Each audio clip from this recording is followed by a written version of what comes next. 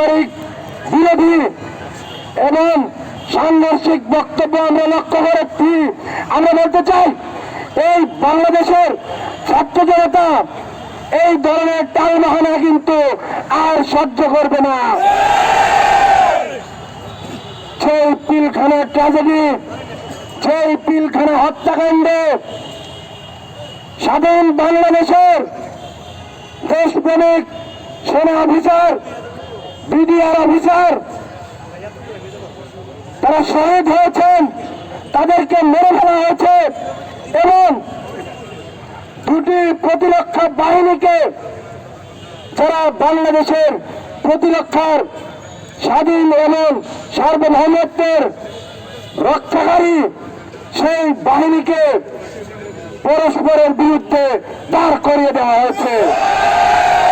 আপনারা জানেন, যখন এই পিলখানা হত্যাকাণ্ডের ঘটনা ঘটে, তারপরে বাংলাদেশের 18,000 বিডিআর সদস্যকে তাৎক্ষণিকভাবে চাকরিচ্যুত করা হয় এবং এর ফলে বাংলাদেশের যে সীমান্ত, সেই সীমান্ত কিন্তু অরক্ষিত হয়ে পড়ে।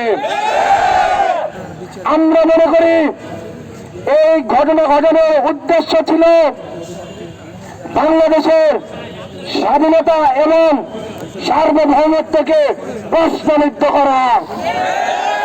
এখনো অসংখ্য অফিসার আছেন যারা জেলের ভিতর নিরপরাধ হওয়া সত্ত্বেও শাস্তি পাচ্ছেন এবং তার মধ্যে অনেকেই আছেন যারা বাংলাদেশের মহান